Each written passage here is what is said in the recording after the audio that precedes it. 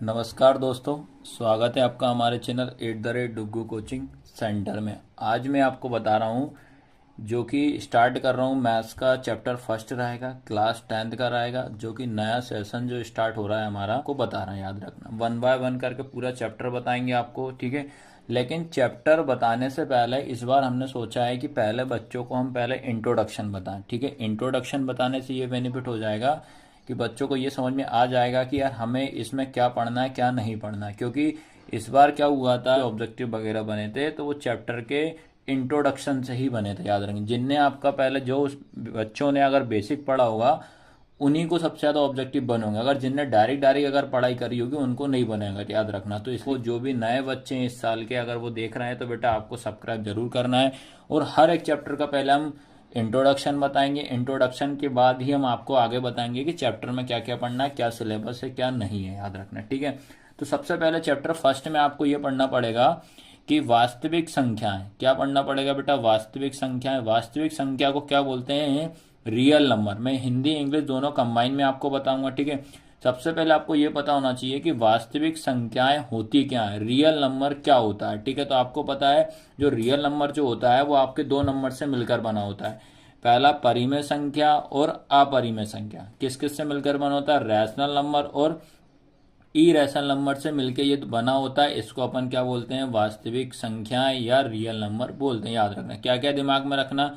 Rational number और irrational number, इन दोनों से जो मिलकर बना होता है उसे अपन क्या बोलते हैं? रियल नंबर बोलते हैं। याद रखना, वास्तविक संख्याएं वे संख्याएं होती हैं जो परिमेय संख्या और अपरिमेय संख्या से मिलकर बनी होती। अब आपको दिमाग में ये चल रहा होगा कि आप वास्तविक संख्या तो बता रहा हो, पर आप ये नहीं बता रहा हो कि यार परिमेय संख्या क्या होती है, अपरिमेय संख्या क्या होती है। तो ये भी मैं आपको एक एक चीज क्लियर कराऊंगा, लेकिन आपको इससे पहले आपको क्या क्या संख्याएं पढ़नी पड़ेगी, क्या क्या नंबर्स आपको पढ़ने पड़ेंगे, तो ये मैं आपको बताऊंगा, ठीक है। तो ये आपको ध्यान रखना। तो अभी जो मैंने बताया है आपको कि इसमें ये बताया है कि क्या क्या नंबर्स आपको पढ़ना है, ये अब बताने वाला हूँ। अब आपको देखो क्या क्या नंबर्स पढ़ने पड़ेंगे। नंबर्स मतलब ये होगा आपका संख्याएं, नंबर्स, ठीक है। ये क्या होंगी? आपकी संख्याएं। और मैं एक सजेशन और दे रहा हूँ बेटा आपको, तो आप भी क्या करो मेरे साथ साथ बेटा, आप लोग भी क्या करो, एक नोट्स बनाते चलो। आपके लिए फाइनल पेपर के हिसाब से बहुत बेनिफिट रहेगा, ठीक है। तो सबसे पहले अपन पढ़ेंगे नंबर 1 पे पढ़ेंगे अपन। सबसे नंबर 1 पे आपको पढ़ना है प्राकृत संख्या। क्या पढ़ना है? प्राकृत संख्या, ठीक है। इसको इंग्लिश में क्या बोलते हैं? नेचुरल नंबर, नेचुरल नंबर, ठीक है। प्राकृत संख्या क्या होती है? आपकी नेचुरल नंबर जिसको बोलते हैं। अब आपको याद रखना पड़ेगी होती क्या। तो मैं आपको बता दे रहा हूं, ये हमेशा 1 से स्टार्ट होती है। प्राकृत संख्या किससे स्टार्ट होती है? 1 से स्टार्ट होती है, जो कि 1 2 3 4। और ये बेटा आपको याद रखना है ये कहां तक जाएंगी? इन्फिनिटी तक जाएंगी। कहां तक जाएगी ये? अनंत तक। तो आपको क्या याद रखना पड़ेगा कि प्राकृत संख्या को अपन नेचुरल नंबर बोलते हैं, याद रखना इंग्लिश में। जो कि आपको स्टार्टिंग में ये रखना है कि जो प्राकृत संख्या जो होती है वो हमेशा 1 से स्टार्ट होती है। कितने से स्टार्ट होती है? 1 से स्टार्ट होती है। ये आपको दिमाग में रखना है, ठीक है। ये याद रखना है कि 1 से स्टार्ट होती है, कहां तक जाती है? अनंत तक। अनंत मतलब होता है इन्फिनिटी, जहां तक भी जितने भी आपके नंबर हो वहां तक ये जाती है। आया सबको समझ में कि नहीं आया? अब बेटा इसके बाद आता है सेकंड नंबर पे आपको पढ़ना पड़ेगा। सेकंड पे पढ़ना पड़ेगा पूर्ण संख्या। क्या पढ़ना पड़ेगा? पूर्ण संख्या, ठीक है। अब आपको मालूम होना चाहिए कि जो पूर्ण संख्या जो होती है इसको अपन क्या बोलते हैं? Whole number. क्या बोलते हैं? Whole number. चलो भैया, प्राकृत संख्या तो समझ में आ गई किससे क्या स्टार्ट होती है। अब आपको याद रखना है जो पूर्ण संख्या जो होती है वो हमेशा 0 से स्टार्ट होती है। 0 से स्टार्ट होगी, यहाँ आएगा 1 2 3, और ये भी कहां तक जाएगी बेटा? आपका अनंत तक जाएगी। ये आपको दिमाग में रखना है। याद रहेगा ना कि पूर्ण संख्या जो होती है होल नंबर होता है, जो कि आपका 0 से स्टार्ट होता है। प्राकृत संख्या 1 से स्टार्ट होती है, ये आपको दिमाग में रखना है। अब आते हैं उसके बाद भैया कि अगला नंबर कौन सा है, ठीक है। ये सारे के सारे नोट्स बनाते जाना और लिखते जाना भैया, ठीक है। थर्ड नंबर पे आपको पढ़ना है, थर्ड नंबर पे आपको पढ़ना है पूर्णांक संख्या। क्या पढ़ना है? पूर्णांक संख्या। ठीक है, पूर्णांक संख्या क्या होती है आपकी? इंटीजर। क्या होता है? इंटीजर। अब आपको याद रखना है जो इंटीजर क्या होता है, मतलब पूर्णांक संख्या क्या होती है, ये आपको सिंपल तरीके से बता दे रहा हूं। पूर्णांक संख्या क्या होती है, यहाँ पे आपका 0 होता है, ठीक है। इसके बाद इसमें आपका 1 होता है, ये 2 होता है, ये 3 होता है, ये 4, और ये भी आपका याद रखना कहाँ तक जाता है? अनंत तक जाता है। पर आपको याद रखना पड़ेगा ये यहाँ पे सब क्या होते हैं? नंबर प्लस में होते हैं, ये सारे नंबर आपके प्लस में होते हैं। इस साइड में यहाँ -1, -2, -3, -4, तो ये भी आपके कहाँ तक जाते हैं बेटा? अनंत तक जाते हैं। आया सभी को समझ में कि नहीं आया? तो वे संख्याएं याद रखना है जो आपके हाफ में क्या होता है? निगेटिव होता है, और इस साइड में क्या होता है? पॉजिटिव होती है। ठीक है, कि पूर्णांक संख्याएं वे संख्याएं होती हैं जो याद रखना ऋणात्मक और धनात्मक से मिलकर जो संख्याएं बनती हैं उसको अपन क्या बोलते हैं? पूर्णांक संख्याएं बोलते हैं, जो कि आपका क्या होता है? इंटीजर, निगेटिव और पॉजिटिव। आया सबको समझ में? तो ये बेटा आपको याद रखना है, ये लिखते जरूर जाना साथ साथ में। इसके बाद अगला नंबर आता है आपका अभाज्य संख्या। अभाज्य संख्या को इंग्लिश में क्या बोलते हैं? Prime number. याद रखना क्या बोलते हैं? Prime number. तो ये भी भाई इंपॉर्टेंट है, और ये इंट्रोडक्शन याद रखना सीबीएसई वाले स्टूडेंट के लिए भी इंपॉर्टेंट रहेगा, क्योंकि उसी के हिसाब से हम इंट्रोडक्शन ला रहा है ताकि सीबीएसई बच्चे भी पढ़ सकते हैं और एमपी बोर्ड वाले बच्चे भी पढ़ सकते हैं इसको। ठीक है, तो आपको मैं बता दे रहा हूँ अभाज्य संख्याएं क्या होती हैं? जिनका अपन एलसीएम लेने पर वो खुद के टेबल से ही जाए वन बार में। याद रखना, ठीक है। तो जैसे मैंने एक नंबर लिया आपका, पहले 2 लिया, जो 2 जो होता है हमेशा जब इनका एलसीएम निकालेंगे, फैक्टर निकालेंगे, वो 2 2 से ही जाएगा, तो 2 बन जा 2 हो जाएगा, एक तो ये हो जाएगी। ठीक है, उसके बाद 3 लेंगे, 3 किससे जाएगा? 3 बन जा 3 से जाएगा। अब आता है उसके बाद 4, तो आपको याद रखना है जो 4 जो होता है पहले किससे जाएगा? 2 से जाएगा, तो 2 2 जा 4, 2 बन जा 2। तो ये 4 क्या होता है? 4 के टेबल से जाना चाहिए। अगर 4 के टेबल से तो नहीं जाता है, तो ये किससे जाएगा? 2 से, तो ये हमारा प्राइम नंबर नहीं होगा 4। ठीक है, उसके बाद आ जाओ बेटा 5, 5 से ही जाएगा, 5 बन जा 5। उसके बाद आप ले लो अगला नंबर 6, 6 पहले किससे देंगे? 2 से, 2 3 जा 6, 3 बन जा 3, तो ये भी नहीं जाएगा। ठीक है, तो इससे कुछ समझ में आया कि नहीं आया? तो आपको याद रखना है ऐसा नंबर जिनका एलसीएम लेने पर या फैक्टर निकालने पर वो खुद के टेबल से ही जाते हो, वो हमारे कौन से नंबर कहलाते हैं? प्राइम नंबर कहलाते हैं। जैसे क्या हो जाएगा? पहले 2, उसके बाद 3, उसके बाद क्या हो जाएगा? 5, फिर हो जाएगा 7, 8 भी नहीं होगा, 9 भी नहीं होगा, 10 भी नहीं होगा, फिर क्या होगा? 11, 11 से जाएगा, 12 भी नहीं होगा, उसके बाद कौन सा होगा बेटा? 13, 14, 15 भी नहीं होगा, फिर उसके बाद आपका 17 हो जाएगा, फिर उसके बाद 19 हो जाएगा, 21 भी चला जाएगा, 22 भी चला जाएगा, उसके बाद 23 हो जाएगा, 23 से ही जाएगा, उसके बाद आएगा आपका 29। तो ऐसे कम से कम आपको ये भी कहाँ तक होते हैं? इन्फिनिटी तक होते हैं।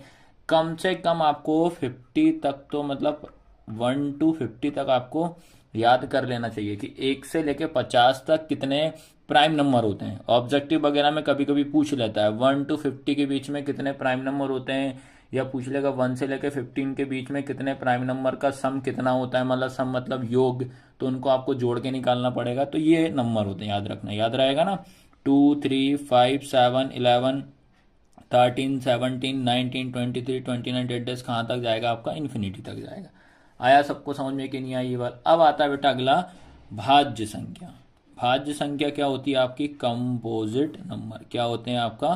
Composite number. तो इसका उल्टा याद रखना, अभाज्य संख्या का उल्टा क्या हो जाता है आपका? भाज्य संख्या होती है।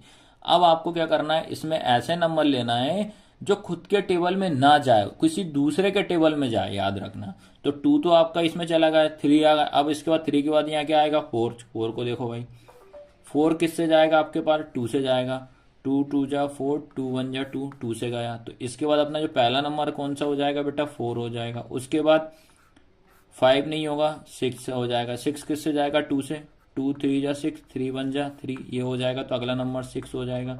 7 नहीं होगा, उसके बाद क्या होगा? 8, 8 किससे जाएगा? पहले 2 से, ये 4, 2 2 जा 2 1 जा 2। उसके बाद 9, 9 किससे जाएगा? 3 से, 3 3 जा 9, 3 1 जा 3। तो ऐसे नंबर समझ गए ना, खुद के टेबल से ना जाए। तो 4 हो जाएगा, 6 हो जाएगा, 7 नहीं होगा, 8 हो जाएगा, 9 होगा, 10 होगा, 11 नहीं होगा, 12 हो जाएगा। 12 के बाद कौन सा होगा बेटा आपके पास? 13 नहीं होगा, 14, 15, 16। तो ये भी कहाँ तक रहेगा आपका? इन्फिनिटी तक। आया सभी को समझ में कि नहीं आया अच्छे से? तो बेटा आपको ये ध्यान रखना है, ये मैंने आपको बता दिए दोनों नंबर, कि भैया प्राइम नंबर क्या होता है, कंपोजिट नंबर क्या होता है, ये आपको दिमाग में स्टोर कर लेना है और नोट्स जरूर बनाते जाना। ये चीज़ आपको विशेष तौर पर ध्यान रखना है।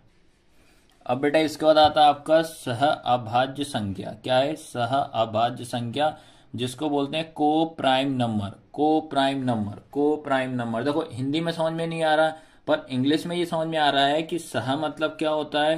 को। तो ये हो जाएगा आपका को मतलब कंपोजिट। को मतलब क्या हो जाएगा? कंपोजिट।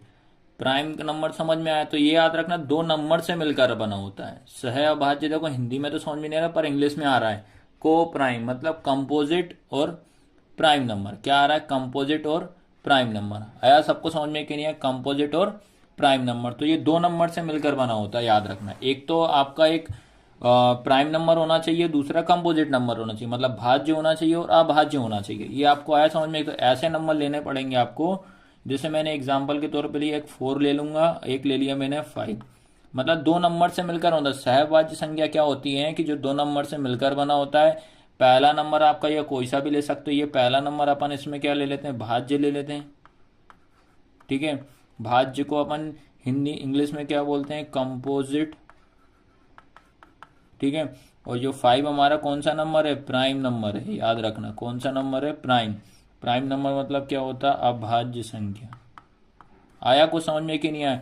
तो ऐसा नंबर या ऐसी संख्याएं जो जिसमें भाज्य और अभाज्य से मिलकर बनी होती है, वो हमारी क्या कहलाती है? सह अभाज्य संख्या, जिसको अपन को प्राइम नंबर कहते हैं। तो एक और एग्जांपल क्या हो जाएगा? 6,7।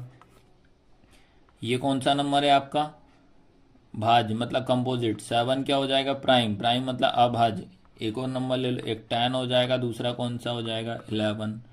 और बताओ भैया, एक अपन 12 ले लेते हैं, एक अपन 13 ले लेते हैं। आया सबको समझ में कि नहीं आया?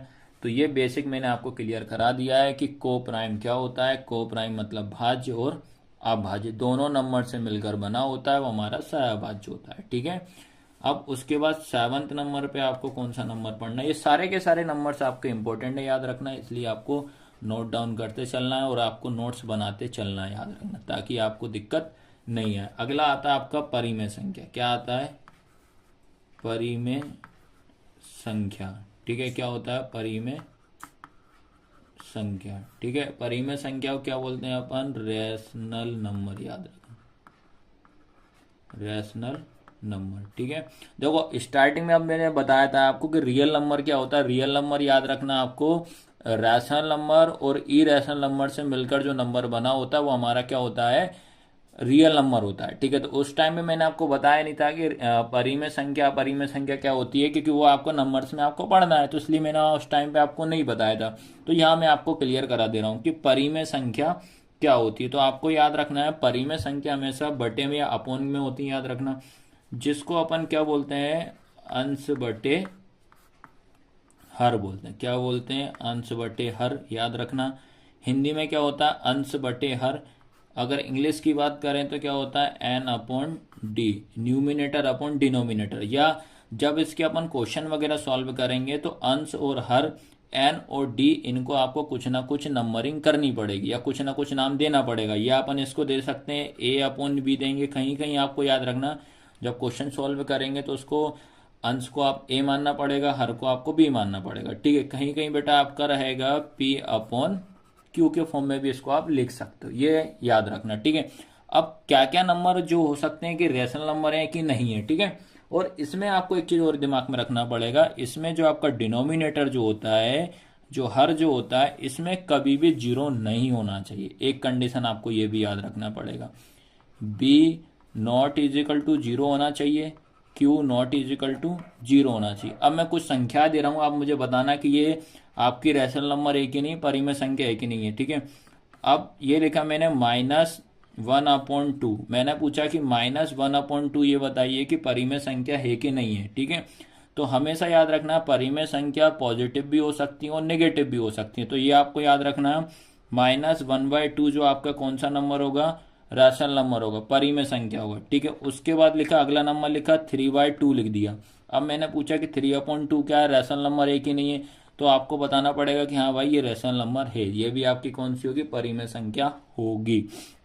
उसके बाद एक चीज और याद रखना है कि अगर रैशनल नंबर को अगर मैं पलटूंगा, मतलब परिमेय संख्या को अगर मैं पलटूंगा, जैसे 3/2 है तो अब मैंने कर दिया 2/3। अब मैंने इसको पलटने पे या रेसिप्रोकल करने पे आपसे पूछा कि बेटा बताओ कि ये परिमेय संख्या है कि नहीं, तो आप क्या बोलोगे कि परिमेय संख्या को पलटने पर भी ये क्या होगी, परिमेय संख्या ही कहलाएगी। ये चीज आप विशेष तौर पे याद रख लेना। जैसे लिखा 3/2, इसका मैंने रेसिप्रोकल मतलब पलट दिया, 2/3 कर दिया। फिर मैंने पूछा आपसे है कि नहीं है, तो आप क्या बोलोगे, ये है। ठीक है, लेकिन एक कंडीशन आपको नोट डाउन करके इसको लिख लेना भैया, ये मोस्ट IMP है। ये ध्यान रखना कि परिमेय संख्या में अपन यहाँ पे मिस्टेक जरूर करते हैं, याद रखना। ठीक है, तो आप क्या मिस्टेक करते हो इसमें बता दे रहा हूँ। जैसे मैंने लिखा 0/1 लिख दिया, क्या लिखा मैंने, 0/1। अब आपसे मैंने पूछा कि बेटा बताओ कि 0/1 परिमेय संख्या है कि नहीं है, तो आप क्या बोलोगे, हाँ भाई ये परिमेय संख्या है। क्यों है, क्योंकि इसमें जो आपका डिनोमिनेटर मतलब जो हर जो होता है कभी 0 नहीं होना चाहिए, क्योंकि 1 है भाई, 0/1 है तो 1 तो आपका 0 नहीं है, तो ये आपका क्या कहलाएगी, ये आपकी परिमेय संख्या मतलब रेशनल नंबर होगा। लेकिन अगर मैं इसका रेसिप्रोकल करता हूं, मतलब इसको पलटाता हूं, ये लिख दिया 1/0। अब बताओ, तो आपको याद रखना है जब 0/1 का जब मैं पलटूंगा या रेसिप्रोकल करूंगा तो 1/0 हो जाएगा। तो 1/0 आपका रैशनल नंबर नहीं होगा, ये आपको ध्यान रखना है। नहीं तो आप सोचो कि इधर 3/2 का रेसिप्रोकल करा तो 2/3 आ गया तो रैशनल नंबर हो गई, लेकिन 0/1 है, इसको मैं रेसिप्रोकल करूंगा तो 1/0 आएगा, तो ये आपका परिमेय संख्या नहीं कहलाएगी। ये आपको विशेष तौर पर याद रखना है। ठीक है, आया सबको समझ में कि नहीं आई ये नंबर्स। अब इसके बाद अगला आता है आपका अपरिमेय संख्या, जिसको बोलते हैं अपन इरेशनल नंबर। ठीक है, परिमेय संख्या कॉन्सेप्ट आप क्लियर समझ में आ गया होगा। अब पढ़ते हैं बेटा अपरिमेय संख्या। याद रखना कौन सा नंबर है, अपरिमेय संख्या।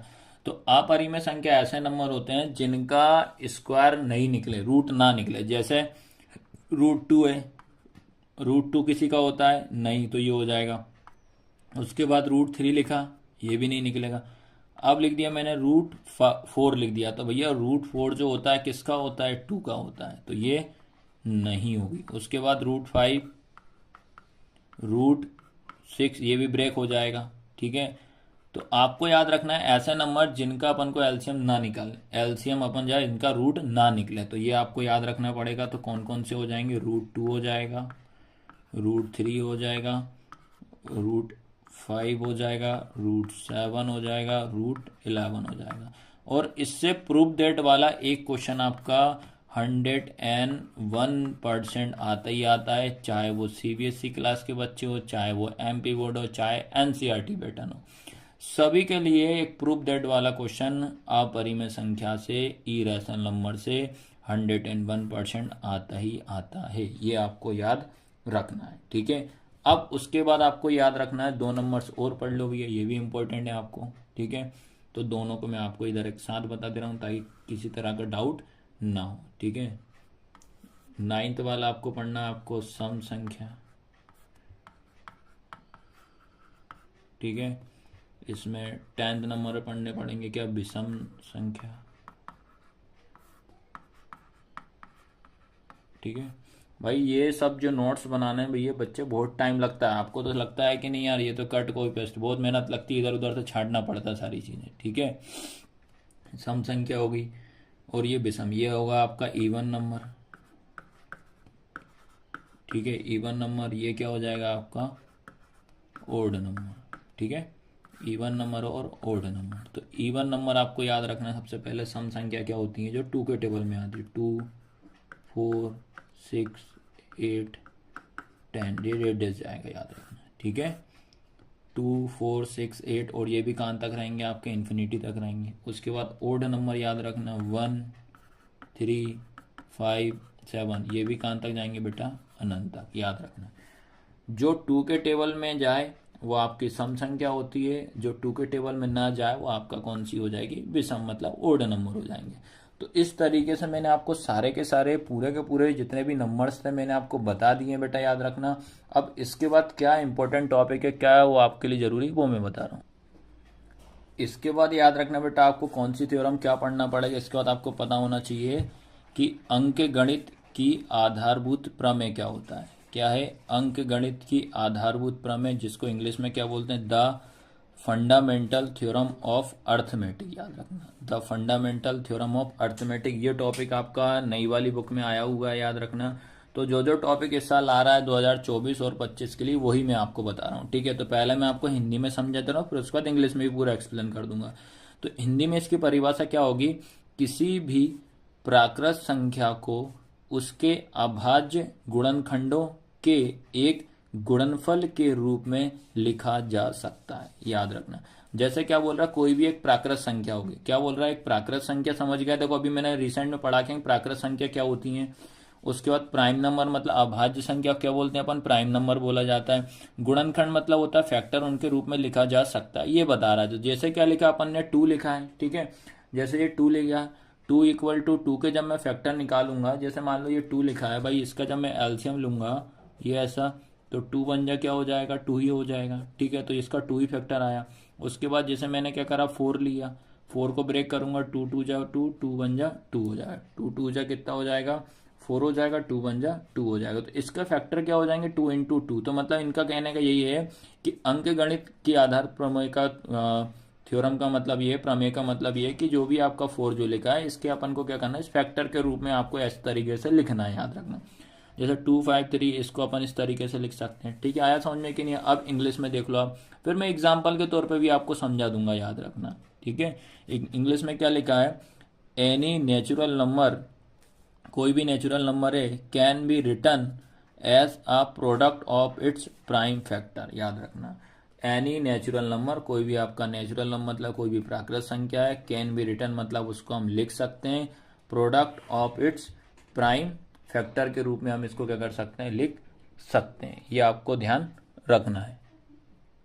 अब जो रहेगा आपका अंक गणित की आधारभूत प्रमेय, फंडामेंटल थ्योरम को किस तरीके से क्वेश्चन पूछता मैं बता रहा हूँ। देखो क्या लिखा है, product of its prime factor या प्राइम फैक्टराइजेशन। याद रखना क्या लिखा, प्राइम फैक्टर या प्राइम फैक्टराइजेशन, जो कि हिंदी में कैसे पूछेगा, अभाज्य गुणनखंड के गुणनफल के रूप में व्यक्त कीजिए। याद रखना, अभाज्य गुणनखंड के गुणनफल के रूप में आपको इसमें व्यक्त करना है। तो एक एग्जाम्पल के तौर पे एक मैं नंबर ले रहा हूँ, कौन सा ले रहा हूँ, 100, क्या ले रहा हूँ, 100, ठीक है। तो इसको किस तरीके से आपको एग्जाम में लिखना, याद रखना। ये अगर ये पूरा लाइन लिखी रहेगी, उसमें कोई दिक्कत नहीं, क्वेश्चन में पूरा गिवन रहेगी, इसको इस तरीके से आप लिखिए, ठीक है। तो 100 रहेगा, इसको आप इसके फैक्टर निकालेंगे, पहले 2 से देंगे, तो 2 5 जा 10, 0 का 0, फिर 2 से 2 2 जा 4, एक इधर का है, 2 5 जा 10, फिर 25 5 से जाएगा, ये हो जाएगा आपका, ठीक है। सबसे पहले आपको याद रखना, जब भी इसका क्वेश्चन आता है फंडामेंटल थ्योरम का, अंक गणित की आधारभूत प्रमेय का, तो आपको सबसे पहले इस तरीके से आपको एलसीएम निकालना है। एलसीएम निकालने के बाद बेटा आपको क्या करना पड़ेगा, इस तरीके से ब्रेक करना पड़ेगा, 2 इंटू 2 इंटू 5 इंटू 5, ठीक है। अब देखना पड़ेगा ये 2 कितनी बार आ रहा है, 5 कितनी बार, तो इसको आपको ऐसा लिखना पड़ेगा, 2 की पावर 2 इंटू 5 की पावर 2। तो इस तरीके से ये आपका आंसर कहलाएगा। तो ये होती है आपकी, याद रखना, फंडामेंटल थ्योरम। याद रखना, फंडामेंटल थ्योरम ऑफ अर्थमेटिक, अभाज्य संख्या को किस तरीके से अपन को गुणनफल के रूप में लिखना है, तो इसका क्वेश्चन भी आपको आता ही आता है। तो ये होगा बेसिक, बाकी मैं एक्सरसाइज भी आपको जरूर कराऊंगा। इसके बाद याद रखना है, जो कि एक अगला आपको एक प्रमेय या एक मान लीजिए आपको एक थोड़ा सा इंपॉर्टेंट नोट्स बना के लिखना पड़ेगा, क्योंकि ये आपके ऑब्जेक्टिव के हिसाब से बहुत बेनिफिट करेगा। क्योंकि इस साल ऑब्जेक्टिव इस तरीके से पूछे, तो उसी तरीके से नए पैटर्न के हिसाब से पूरा तैयार किया है इस बार, ठीक है। तो क्या पढ़ना पड़ेगा आपको, कॉल फ्रेडरिक गोस। कॉल फ्रेडरिक गोस क्या होता है, याद रखना, ये आपको पढ़ना पड़ेगा। इसमें आपको ध्यान रखना पड़ेगा, कॉल फ्रेडरिक गोस को प्राह गणितज्ञों का राजकुमार कहा जाता है। याद रखना, इनको क्या कहते हैं, गणितज्ञों का राजकुमार कहा जाता है, ठीक है।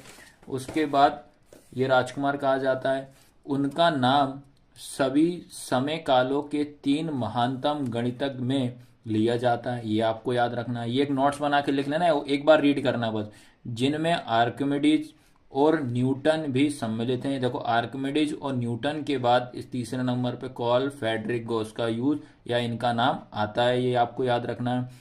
उनका गणित और विज्ञान दोनों में मौलिक योगदान है। गणित और विज्ञान में इनका मोस्ट इम्पोर्टेंट योगदान है। आपको तो मेन इसमें याद ये रखना है, जो कॉल फेडरिक गॉस जो होता है, इनने कब से कब तक किया, याद रखना, ये आपको ध्यान रखना है, कब से कब तक कर रहा है ये आपको दिमाग में रखना है। तो मैं ये लिख बता दे रहा हूँ कि सन में आना याद रखना, 17 ये हो जाएगा 1770 हो जाएगा, से याद रखना है 1855 याद रखना है।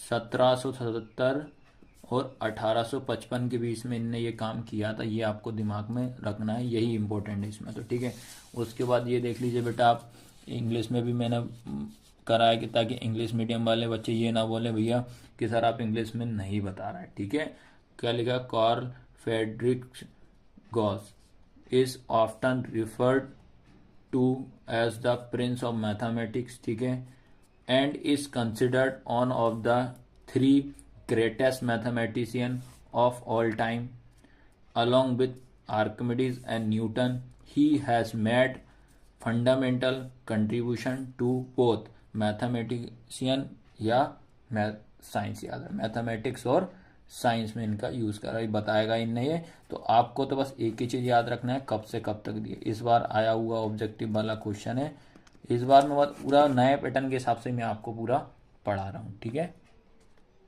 इसके बाद जो अगला टॉपिक आपको पढ़ना है, क्या पढ़ना है, एचसीएफ। ठीक है, इसका क्वेश्चन आता ही आता है फाइनल पेपर में, एमपी बोर्ड हो चाहे सीबीएसई हो। एचसीएफ का पहले तो आपको फुल फॉर्म पता होना चाहिए, हाईएस्ट कॉमन फैक्टर, जिसको हिंदी में क्या बोलते हैं, महत्तम समावर्तक, महत्तम समावर्तक या मासा भी इसको बोला जाता है। तो पहली चीज तो आपको याद रखना, और एक चीज याद रखना है, कभी भी जो एचसीएफ जो रहेगा आपका सिंगल नंबर का कभी भी नहीं देगा। पहली चीज तो याद रखना, कोई भी आपका सिंगल डिजिट का एचसीएफ कभी भी निकालने को नहीं देगा। हमेशा मिनिमम कम से कम आपको 2 डिजिट तो उसमें रहेंगे ही रहेंगे, 2 डिजिट तो आपको क्या रहेंगे उसमें रहेंगे, उनका आपको निकालना पड़ेगा एचसीएफ, ये आपको ध्यान रखना है। ठीक है, अब इसका जो रहेगा मैं एग्जाम्पल के तौर पे समझा दूंगा, क्वेश्चन कैसे पूछेगा। पहली चीज दिमाग में रखना है, एचसीएफ कभी भी सिंगल नंबर का नहीं पूछेगा, हमेशा 2 नंबर आपको देगा ही देगा। तो एग्जाम्पल के तौर पे आपको याद रखना, ये नंबर लिए मैंने 25 और 50, ये 2 नंबर ले लिए। क्या क्या है, 25 और 50। आपसे पूछेगा कि बेटा इसका एचसीएफ निकालो, क्या निकालो, एचसीएफ। तो देखो आपको क्या करना है, जब भी एचसीएफ आएगा तो पहले इन दोनों को अलग अलग ब्रेक करोगे आप, 25 का अलग निकालना है और 50 को आपको अलग ब्रेक करना है। ठीक है, हमेशा याद रखना, कोई भी नंबर हो उसके बैक साइड में 0 और 5 आता है तो हमेशा 5 से देंगे, ये चीज दिमाग में रख लेना। तो 25 5 से देंगे, 5 5 जा 25, 5 बन जा 5। ठीक है, 0 आ रहा है तो पहले हमेशा याद है 0 5 तो होगा 5 से, लेकिन अपन को याद रखना है तो 0 आ रहा है तो 0 2 कंडीशन में होता है, एक 2 के टेबल में भी एक 5 के टेबल में। लेकिन रूल ये बोलता है कि हमेशा छोटे नंबर का पहले दिया जाता है, तो छोटा नंबर 2 है तो इसको 2 से देंगे, 2 2 जा 4, एक इधर गया, 2 5 जा 10, 5 5 जा 25, 5 बन जा 5। ठीक है, ये पहला काम तो आपको एचसीएम इस तरीके से करना है। उसके बाद अब आगे की क्या स्टेप है, तो आपको 25 लिखना है, तो क्या करोगे 5 इंटू 5 लिखोगे। उसके बाद 50 में क्या लिखोगे, 2 इंटू 5 इंटू 5, इतना लिखा। उसके बाद आपको ध्यान रखना है कि दोनों में कौन सा नंबर सेम दिख रहा है। तो ये इधर से देखो ये 5 दिख रहा है, इसको ऐसे कर दें, इधर से ये 5 दिख रहा है। ठीक है, अब आपको क्या करना है, इन दोनों के जो पेयर रहते हैं उसको एक बार लिखेंगे। तो ये 5 का 5 लिख दिया, इसका पेयर बना दिया, फिर इंटू, फिर ये इसका पेयर बना दिया इंटू। ठीक है, फिर आप इन दोनों का मल्टीप्लाई कर दो, 5 5 से कितना हो जाएगा, 25 हो जाएगा। तो इसका आंसर कितना हो जाएगा, 25। और एचसीएफ में आपको मैं बता देना, अगर मान लो एचसीएफ चेक करना है कि हमारा आंसर 25 सही है कि नहीं, तो आपको याद रखना है 25 के टेबल में 25 आता है, हाँ भाई आता है। 25 के टेबल में 50 आता है, हाँ भाई आता है। तो आप इस तरीके से टेबल में भी चेक कर सकते हो कि 25 और 50 क्या 25 के टेबल में आते हैं। अगर आते हैं तो समझ जाना आपका आंसर सही है। तो बेटा इस तरीके से इस चैप्टर में आपको क्या निकालने पड़ेंगे, एचसीएफ, जो कि मैंने एक आपको एग्जांपल के तौर पर बताया, वो पूरी एक एक एक्सरसाइज में आपको क्लियर कराऊंगा मैं। अब इसके बाद मैंने आपको एचसीएफ क्लियर करा दिया, एचसीएफ किस तरीके से निकालना। अब निकालना आपको एलसीएम। तो सबसे पहले याद रखना एलसीएम जो है, एलसीएम होता क्या है, एलसीएम को बोलते हैं लोएस्ट कॉमन मल्टीपल। याद रखना लोएस्ट कॉमन मल्टीपल, ठीक है। मैं हिंदी में ही बता दे रहा हूँ, लघुत्तम समावर्तक, ला और सा इसको शॉर्ट में भी आपको बोलते हैं, याद रख। लेकिन याद रखना भैया एक एक चीज क्लियर करा रहा हूँ, ये नोट्स वगैरह बनाने में ये बहुत टाइम लगता है आपको, लेकिन कमेंट करने में आपको टाइम नहीं लगता, ठीक है। तो इसमें भी याद रखना आपको 2 नंबर ले रहा हूं मैं इसमें भी। तो देखो जो आपका 25 और 50 लिया था सेम वही नंबर मैं इसमें ले लें ताकि एग्जाम्पल समझ में आ जाए। तो इसमें क्या ले रहा हूं मैं, 25 और 50, तो ये लिखा। अब आपको दिमाग में रख लेना है कि एलसीएम हमेशा 2 नंबर का आता है, वो दोनों नंबर को आपको अलग अलग निकालना है। और एलसीएम की जब भी बात करेंगे तो एलसीएम 2 नंबर का हमेशा साथ में निकाला जाता है, ये आपको दिमाग में रख लेना। तो इनका अपन साथ में निकाल दे रहे हैं, 25 और 50। हमेशा एलसीएम हो चाहे एचसीएफ तो छोटे नंबर का आपको पहले निकाला जाता है। तो 0 अगर होता है तो हमेशा 2 से जाता है, तो 2 से देंगे सबसे पहले। तो 2 के टेबल में 25 नहीं आता है तो 25 का 25 हो जाएगा, लेकिन 2 के टेबल में बैक साइड 0 तो 2 से चला जाएगा। 2 2 जा 4 हो जाएगा, एक इधर का 2 5 जा 10 हो जाएगा। उसके बाद 25 तो 5 से देंगे, तो 5 5 जा 25, 5 5 जा 25। फिर उसके बाद देंगे 5 से, 5 बन जा 5, 5 बन जा 5। तो इस तरीके से आपको पहले निकालना। अब बेटा उसके बाद आपको क्या करना है, इनका सबका आपस में मल्टीप्लाई करना है फैक्टर के, 2 इंटू 5 इंटू 5, ठीक है। सबसे पहले क्या करो, ये 2 का 2 लिख दो, इन दोनों का इंटू कर दो, 5 5 जा 25 और ये क्या हो जाएगा 50 हो जाएगा, ये 25 2 जा 50। तो आपको याद रखना है, तो एलसीएम में हमेशा जो आंसर होता है वो हमारा बड़ा आता है और एचसीएम में हमारा आंसर छोटा आता है, ये आपको ध्यान रखना है। तो इस तरीके से मैंने आपको एलसीएम और एलसीएम दोनों बता दिए हैं। इसके बाद याद रखना जो अगला टॉपिक बता रहा हूं कि ये टॉपिक जो है बेटा 101% आता है, सीबीएसई हो चाहे वो एमपी बोर्ड हो। जितना भी मैं पढ़ा दे रहा हूँ बेटा आप नोट डाउन जरूर करते जाना, बहुत इंपॉर्टेंट है, याद रखना। देखो क्या है, किन्हीं 2 धनात्मक पूर्णांक ए और बी के लिए अगर मान लो कोई भी आपके 2 पॉजिटिव इंटीजर दिए, याद रखना ये लिखा है for any 2 positive integer A and B, तब क्या होगा, तो हमेशा याद रखना जब 2 पॉजिटिव इंटीजर होते हैं तो उसका फॉर्मूला क्या होता है, एचसीएफ ए कॉमा बी इंटू एलसीएम ए कॉमा बी इक्वल में क्या होता है ए इंटू बी। ये चीज आपको ध्यान रखना, एचसीएफ इंटू एलसीएम बराबर कितना होता है ए इंटू बी। या ऐसा भी बोल सकते हो कि 2 संख्याओं का गुणनफल बराबर होता है एचसीएफ इंटू एलसीएम। 2 संख्याओं का गुणनफल बराबर एचसीएफ इंटू एलसीएम होता है। प्रोडक्ट ऑफ 2 नंबर इक्वल होता है एचसीएफ इंटू एलसीएम, ये आपको याद रखना है। इसका एक क्वेश्चन हमेशा आता ही आता है। अब जैसे क्वेश्चन कैसे पूछेगा, इसकी मदद से हम क्या कर सकते हैं, 2 धनात्मक मतलब 2 पॉजिटिव नंबर का हम क्या कर सकते हैं, एलसीएम निकाल सकते हैं। पहली चीज ये बेनिफिट पड़ेगा इससे। फिर इसकी मदद से हम क्या कर सकते हैं, एचसीएफ भी निकाल सकते हैं, याद रखना। तो इससे आपको याद रखना है एलसीएम भी निकाल सकते हो आप, एचसीएफ भी निकाल सकते हो, ठीक है। तो इसका जो क्वेश्चन जो रहेगा, देखो आपको एक क्वेश्चन भी मैं करा दे रहा हूँ। तो आपको देखो इंग्लिश में लिखा तो एचसीएफ ए कॉमा बी इंटू एलसीएम ए कॉमा बी इक्वल कितना है इंटू भी लिखा है। अब आपको क्वेश्चन में ये लिख दिया है, क्वेश्चन में लिखा है कि यार आपसे बोल दिया कि एचसीएफ आपका कितना लिखा है 20, और बोलता है कि 2 नंबर है आपके पास, 2 नंबर है क्या, ए इंटू बी कितना लिखा है 2, बोलता है कि एलसीएम फाइंड करो। तो आप इससे यूज कर सकते हो। इनके सारे क्वेश्चन में कराऊंगा, याद रखना। अभी तो मैं आपको ओनली बेसिक बेसिक बता रहा हूँ। या ऐसे भी बोल सकता है, आपको बोल दिया है कि भैया एलसीएम आपको दे दिया है 10 और बोलता है कि एचसीएफ फाइंड करो और 2 नंबर का जो प्रोडक्ट करने पे कितना आ रहा है आपको याद रखना, प्रोडक्ट करने पे ये 5 दे रहा है, तो बोलता है कि एचसीएफ फाइंड करो।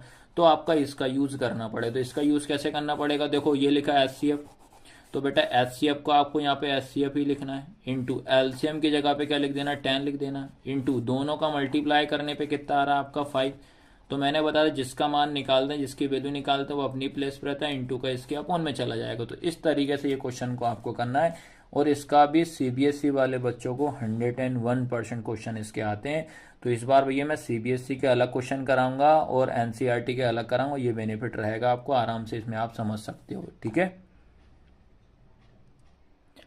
अब बेटा जो रहेगा यहाँ से जो फर्स्ट चैप्टर जो है, ठीक है, फर्स्ट चैप्टर का ये लास्ट टॉपिक बता रहा हूँ। ये सारे के सारे क्वेश्चन जितने भी बताए, जितने इंपॉर्टेंट मैंने बताए, सारे एक नोट्स बना के अपनी कॉपी में नोट डाउन कर लेना। ठीक है, ताकि आपको बार बार पेज पलटाने की जरूरत ना पड़े, ना बार बार वीडियो देखने की जरूरत आपको पड़ेगी। ठीक है, तो ये लास्ट टॉपिक है। इसका क्वेश्चन सीबीएसई वाले बच्चों को 3 से 4 मार्क्स का क्वेश्चन इसका आता है। बनी आप रिसेंट वाला पेपर जो भी दिया हुआ है वो आप चेक कर लेना। ठीक है, तो क्या है भैया, क्वेश्चन किस तरीके से आता है, अपरिमेय संख्या को आपको सिद्ध करना रहेगा, या अपरिमेय को सिद्ध कर, ऐसा क्वेश्चन डायरेक्ट पूछेगा।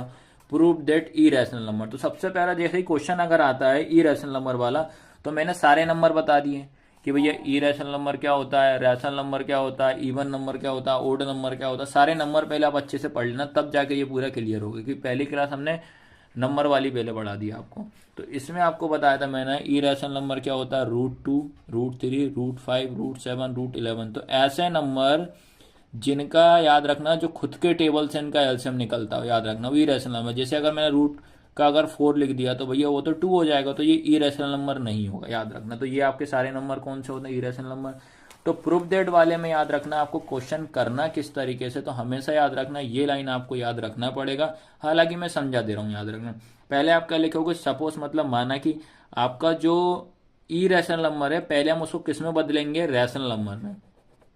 इरेशनल नंबर को आपको रैशनल नंबर में कन्वर्ट करेंगे। ठीक है, ठीक है, रैशनल नंबर में कन्वर्ट कर दिया। अब तुरंत दिमाग में आना चाहिए, रैशनल मतलब इरेशनल नंबर को रैशनल में तो बदल दिया, तो रैशनल में जैसे ही बदलेंगे तो रैशनल नंबर पता होना चाहिए। तो भाई रैशनल नंबर क्या होता है, PYQ, या अंश बटे आर, या N/D। न्यूमिनेटर अपॉन क्या होता है, डिनोमिनेटर, ये आपको पता होना चाहिए। उसके बाद इनको अपन किस फॉर्म में कर दिया मैंने, PYQ के फॉर्म में कर दिया। अब आपको ये कंडीशन पता होना चाहिए कि रैशनल नंबर की क्या क्या कंडीशन होती है। तो इसमें बता दे रहा हूँ कि P और Q आपके क्या होते हैं, कि इंटीजर होता है। इंटीजर मतलब पूर्णांक संख्या। पूर्णांक संख्या क्या होती है, पॉजिटिव भी हो सकती है और नेगेटिव भी हो सकती है, मतलब धनात्मक भी होती है, ऋणात्मक भी होती है। तो परिमेय संख्या की कंडीशन वही होती है कि वो आपकी धनात्मक संख्या भी होती है और ऋणात्मक भी होती है, पलटने पर भी आती है। ठीक है, पर इसमें एक चीज याद रखना पड़ेगा, इसमें Q not is equal to 0, Q की वैल्यू कभी भी 0 नहीं होना चाहिए, ये आपको विशेष तौर पे याद रखना पड़ेगा। तो ये लाइन मैंने बताई, उसी का मतलब ये √5 जो था, ये हमारा कौन सा नंबर था, आपका इरेशनल नंबर था। इसको अपन ने किस में बदल दिया, रैशनल नंबर बदल दिया। ठीक है, यह सभी को समझ में कि नहीं। अब जैसे मान लो कि जैसे हिंदी मीडियम वाले बच्चे हैं, उनको कैसे लिखना भैया, हिंदी मीडियम वाले बच्चे क्या लिखेंगे कि माना कि √5 एक परिमेय संख्या है। परिमेय संख्या को हमेशा P/Q के रूप में लिखते हैं, ये लिखना है, जिसमें Q not is equal to 0, मतलब Q का मान कभी भी 0 नहीं होना चाहिए। और यहाँ एक पूर्णांक संख्या भी होती है। परिमेय संख्या क्या होती है, पूर्णांक संख्या। तो सिंपल तरीका आपको ये समझ जाओ इस वाले टॉपिक में, कि जैसे भी आपका प्रूफ दैट वाला क्वेश्चन आता है अपरिमेय वाला, इसको हमेशा सबसे पहले आपको परिमेय संख्या में ही बदलना पड़ेगा। पहली चीज मतलब आपको इसको रैशनल नंबर में बदलना पड़ेगा। पहला काम तो आपको ये रहेगा। जैसे ही अपन ने इसको रैशनल नंबर में बदला, तो आपको भैया जो जो रैशनल नंबर मतलब जो जो परिमेय संख्या की कंडीशन हुई सारा लिख दो आप। तो मैं तो ये बता रहा कि भैया परिमेय संख्या जो होती है P/Q होती है। फिर उसके बाद जिसमें Q नॉट इक्वल टू 0 होता है, परिमेय संख्या हमारी इंटीजर होती है, सब लिख दो आप। तो इस तरीके से आपको करना है। तो जो कि मैंने 2024 और 25 के हिसाब से पूरा इंट्रोडक्शन लिया, क्या क्या सिलेबस में आए वही लिया है, जो सिलेबस में नहीं है वो नहीं लिया है मैंने, याद रखना। तो जो भी बच्चे आप याद रखना, पहली बार इस चैनल पे आपको सब्सक्राइब करना है, और ये सारी जो क्लास जो वीडियो मैंने बनाई है इसको आपको भी ज़्यादा से ज़्यादा बच्चों तक शेयर करना है, और एक एक टॉपिक हम बताते जाएंगे। और आपको याद रखना है, इस बार हम RD शर्मा के क्वेश्चन और ओसवाल के क्वेश्चन जरूर कराएंगे चैप्टर वाइज, फर्स्ट चैप्टर से लेके तो लास्ट चैप्टर। तो आपको क्लास कैसी लगी आज की, तो लाइक शेयर सब्सक्राइब जरूर करना है। धन्यवाद।